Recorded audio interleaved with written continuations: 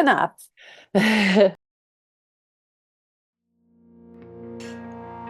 We are Rebecca and Lisa, the hosts of Fluentish, the podcast, a show all about learning and loving languages. We are also the sister team behind Little Crab Educational Press, resources for teaching and learning languages made with joy.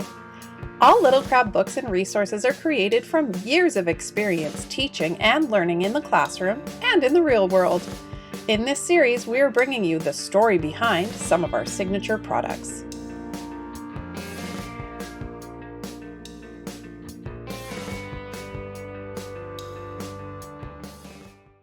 Hello. Hello again. Hi there.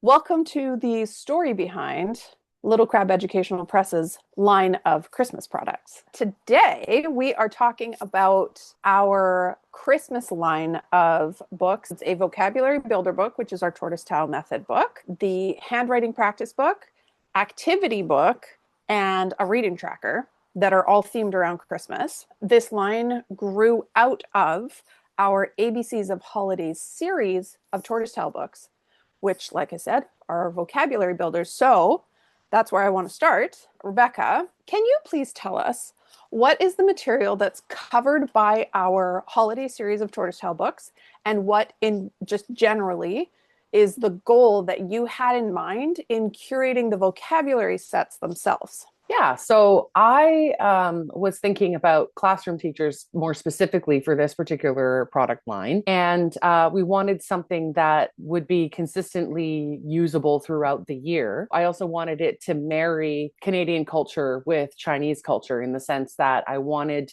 students who use these products to be able to learn words related to the holidays, whether they're from Western culture or from Chinese culture. And therefore, we've got a combination of holidays. So there's 8 books in the ABCs of Holidays series. One of them is a combo book of 4 spring holidays. So those, for example, is a balance of 圣帕特里克节, which is St. Patrick's Day, so that's Western. And then 复活节 is Easter.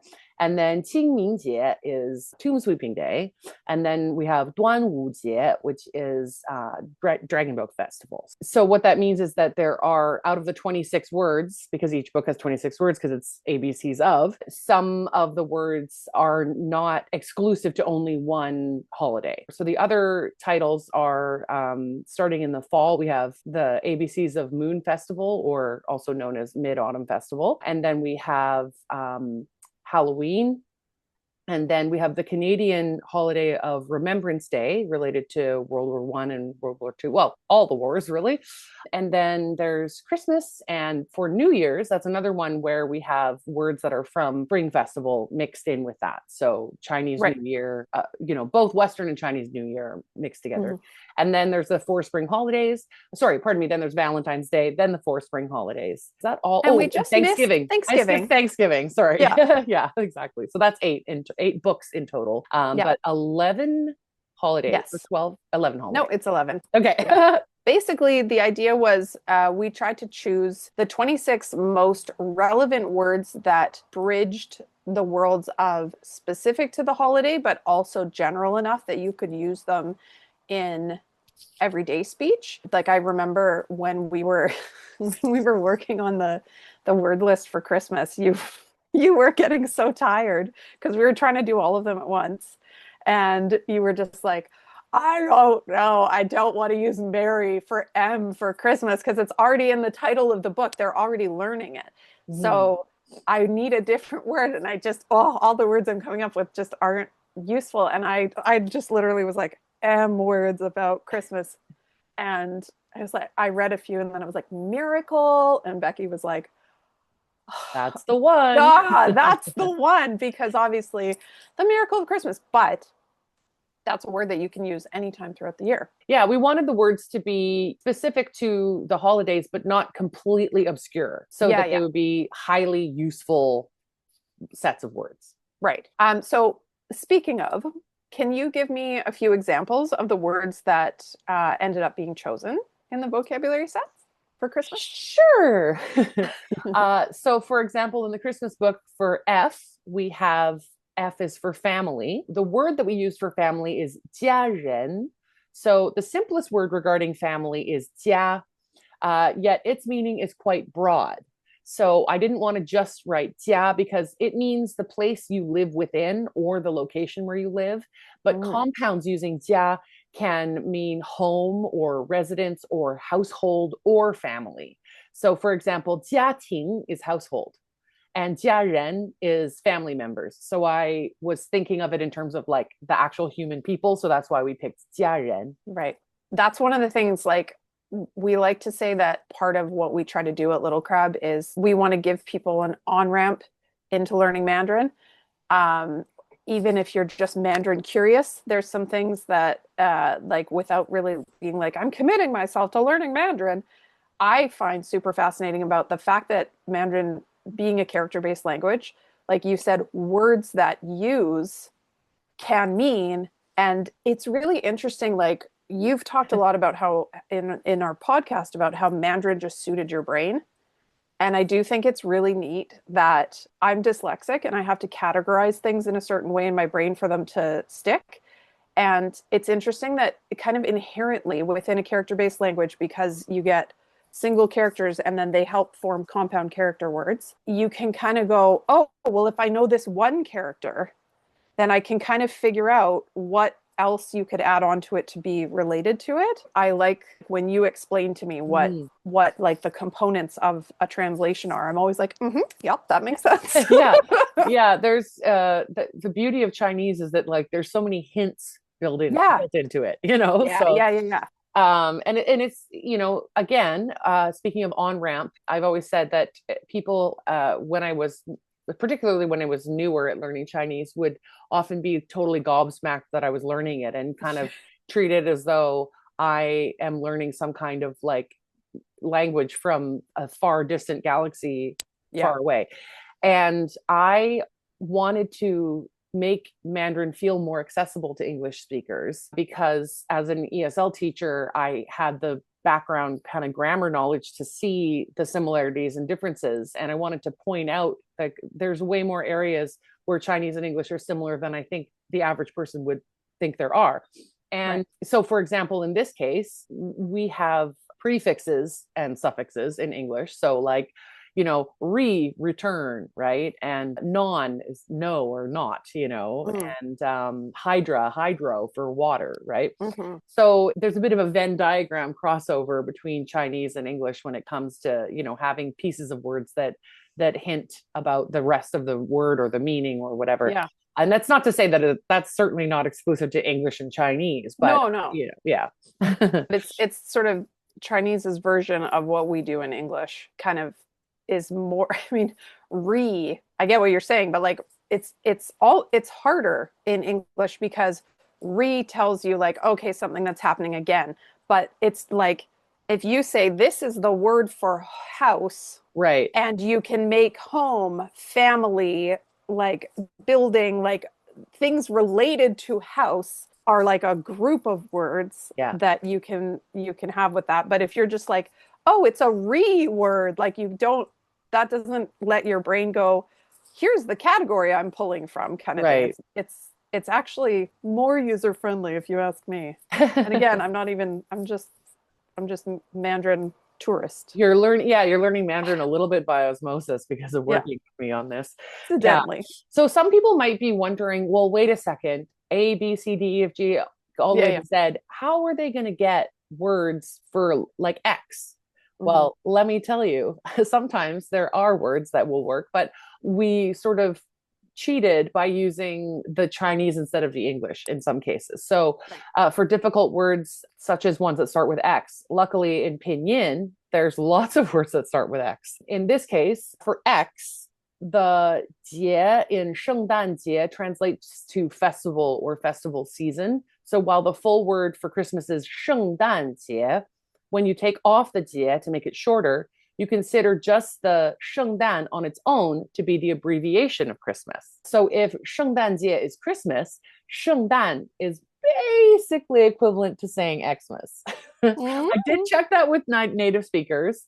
Mm-hmm. And I know that we're, you know, stretching the similarity thing a little bit there, but it doesn't matter because it's still a legitimate vocabulary word. Chinese people Totally. still say 圣诞 and they say Yeah, 圣 yeah. 诞节. So, Yeah, yeah. Can you give me one more? Can you give us why we chose gold? so 金子 is gold. 金子.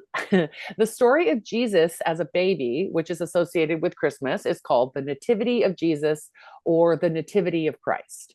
In that story, the baby Jesus is visited by three kings, and each of the kings bring Jesus a present, and one of them is gold. That's probably part of why gold is such a popular color for decorating during Christmas. Yes, that makes sense. So yeah, like that, the reason I wanted you to give one more is because I wanted to kind of highlight the balance that we were saying between like Xmas, obviously, it's pretty specific to Christmas, but family and gold are words that you would use in like many, many, many other contexts. Yeah, So totally. one of our most read blog posts from our website happens to be called, it's a blog post called Literal versus Free Translation, which is best for language learners. Which makes me think that anyone studying a language with the goal in mind of becoming fluent or fluent-ish likely knows the struggles presented in translation. So another one I know we had quite the saga with getting to is very iconic in at Christmas time in North America, which is Mandarin orange. Can you give us a little rundown on what it took to get to the translation for Mandarin orange? Which Yeah, seemed like it would be obvious, but it was not. some words just, we picked it, we got the word, and we moved on. But Mandarin orange was quite the journey. So while creating our Tortoise Tiles ABCs of Holiday series for vocabulary study, I was working on the Christmas book and I got stuck on the Mandarin Chinese translation for the word Mandarin orange. I thought I knew which word to use, and I absolutely did not want to use qicheng or chengzi because I wasn't talking about navel oranges, and chengzi is navel orange. In North America, it's mainly navel oranges that are used to make orange juice. But at Christmas time, people eat Mandarin oranges specifically. Unfortunately, you'll find that many dictionaries conflate Mandarin oranges, satsumas, and tangerines, even though in pomology they are more distinct, which And I yes, she had did have to to learn the word pomology to be yeah. able to explain to people why that wasn't what she was trying to figure out. Even writing this like explanation or whatever, I started with botany, and then then I was like, no, wait, pomology is specifically for fruit. So I had to go even deeper and nerdier. Dang it, English. I know, right? So in checking my known vocabulary, I consulted 4 different dictionaries and encountered basically 8 different answers, which essentially blurred the line between tangerines and Mandarin oranges. Finally, after hours of looking up definitions and consulting multiple friends who are native speakers of Mandarin, I have the Facebook memory of the back and forth questions and comments to show the links that I went to. I finally settled on 橘子, the original word I had learned years ago, first ever learned in Mandarin class. Well, it wasn't the first word I ever learned, but it was the first word for orange. Welcome to Mandarin 101. Today we are learning Mandarin orange. What? No. So some people would say that 橘子 means tangerine, but oranges aren't a true species because they are a hybrid of pomelos and mandarins. So maybe that is why it's so hard to nail down the perfect word for each different kind. What's kind of ironic is that Mandarin oranges have become a holiday staple across Canada, but the custom traces back to the 1800s when Japanese immigrants received New Year's packages of Satsuma oranges from family in Japan.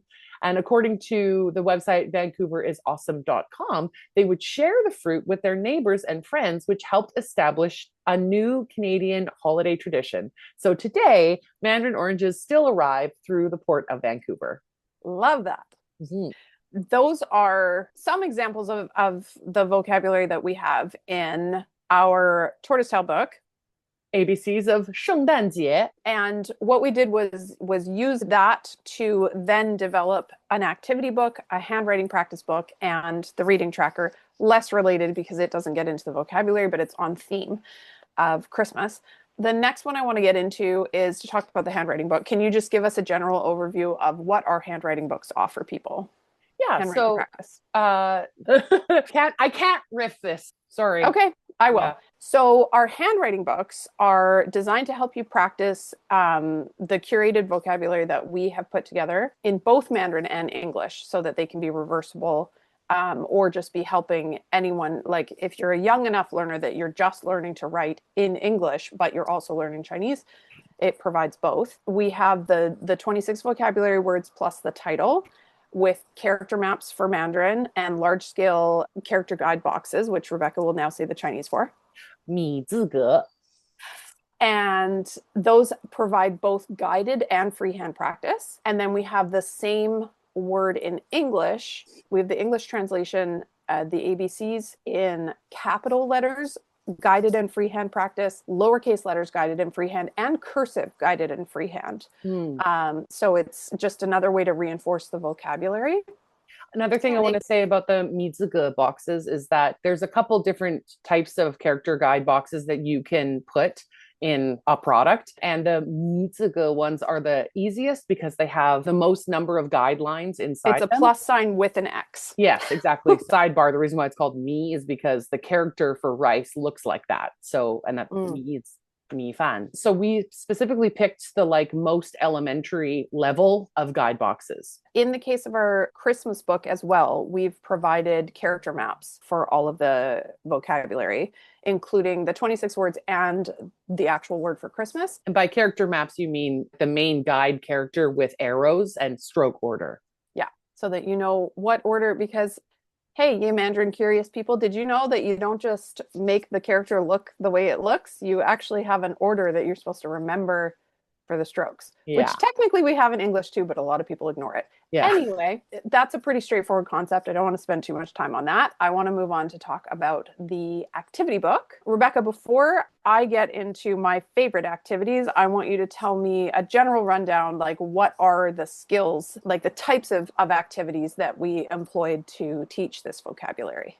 Our activity books are going to have a very wide variety of activities. Every letter and word for each topic, each holiday will have its own like double page spread of activities. They could be anywhere from creating a tongue twister, doing a crossword, choosing the right character to match a picture, spot the difference between two different pictures, rhyming activities. So there's all sorts of things that involve handwriting skills mixed with illustrations or wordplay and stuff like that. Right. Logic skills. There are some critical thinking skills in this book too. Yeah. I know for me, I love the activities that we came up with for L, N, and R. Since I illustrated the activity book, the activity for list, which is our L vocabulary, the one for N is North Pole. Those ones are heavily reliant on illustration. And for me, those were just some of the most fun ones to actually produce. And then I loved what you came up with for R. We used reindeer because I just thought that, like, as a learner, it would be a super fun activity to do. And come to think of it, the activity for visitor, I believe, either family or visitor, but I think it was visitor, is the same kind of thing. It's like a deductive reasoning activity. And for me, that's just like the kind of thing that my brain likes. So there's a bunch of stuff in this book that even just as someone who's not even learning Mandarin, I kept like going back through the book and being like, oh, I like it, like just looking at it over and over again. Before we started recording this, I asked you to grab the digital file so that you could look at the activity book. Now. Yeah. And I want to know what some of your favorite activities were. So some of you might be wondering what the letter Z is in this story, in this book. So we decided to make it Z, which is for snoring. So in Mandarin, that's hulu. Hulu, hulu. So the activity that goes with it is 象声词, which is onomatopoeia. You have onomatopoeia for little bells, clocks, and giggling, both English and Mandarin. And so you have to predict which one you think is the sound for little bells in Mandarin, clocks in Mandarin, giggling in Mandarin, and then the same for English, because hulu is really onomatopoeia for snoring. So right. Which is the other thing. Yeah, we didn't really mention that the activity book isn't just teaching the actual vocabulary, it's also teaching concepts like, I know you mentioned rhyming, but onomatopoeia is one that we didn't specifically call out, where obviously we're bringing in some other vocabulary, but it's teaching the concept of how do you spell a sound, basically. Yeah, we have that explanation at the top of the page too. Yes. So Okay, so moving on to the reading tracker, which is the last item. Again, it doesn't follow the theme of utilizing the vocabulary, but this is encouraging young learners to track their progress in reading books. Can you quickly explain the types of books that we're encouraging people to read? And then I will go through how they're actually doing the tracking. yeah, so we wanted these to be flexible. And so we have two different categories on each reading tracker. The first category is read a vocabulary picture book, which have just a few words per page. And then the second category is read a storybook written in full sentences. So if you're a homeschooler or like a homeschooling parent or classroom teacher, you could decide how you want to use this. At the end of the day, each reading tracker is going to require you to read 6 books. You can decide if you want it to be just 3 or all 6, depending on what your needs are. And the instructions are fully in Chinese on the Chinese tracker and fully in English on the English tracker. So once you actually like see the PDF, it'll make total sense. Yeah. And obviously, if you're like, I don't have a need for having my child track picture books, but I do want them to read books with multiple sentences on one page, then you could just carry over the instructions from one category to the other, Exactly. and vice versa. The last thing I want to say about the reading trackers is we did a combination of either decorating, designing, or coloring an individual item, like our Dragon Boat Festival and our Easter books and our pumpkins, actually, for Halloween. Those themes all involve designing individual items. And then we have other ones that are about coloring, like the New Year's, you color the zodiac animals and it's individual animals. But for the Christmas one, we're having kids build up to having a complete scene of a Christmas tree with a star on top and ornaments on it and presents underneath it. So once they've gone through all 6 books, they'll have a completed picture. And before they start filling out their tracker, the parent or teacher agrees on a reward for once that's all filled out. The learner and their grown-up have agreed to reward them for their perseverance. And yeah, so they're incentivizing. Yeah, we originally were calling them incentive trackers. Yeah. And then we were like, they're actually reading trackers with an incentive at the end. Yeah. So thank you for your time today, Rebecca, helping me explain that. And yeah, enjoy the rest of your day. Okay, love you, bye. We hope you enjoyed this little peek behind the curtain. To learn more and to shop this and all the awesome products we make for you, whether you're already a language lover or just language curious for now, visit littlecrabpress.ca, resources for teaching and learning languages made with joy.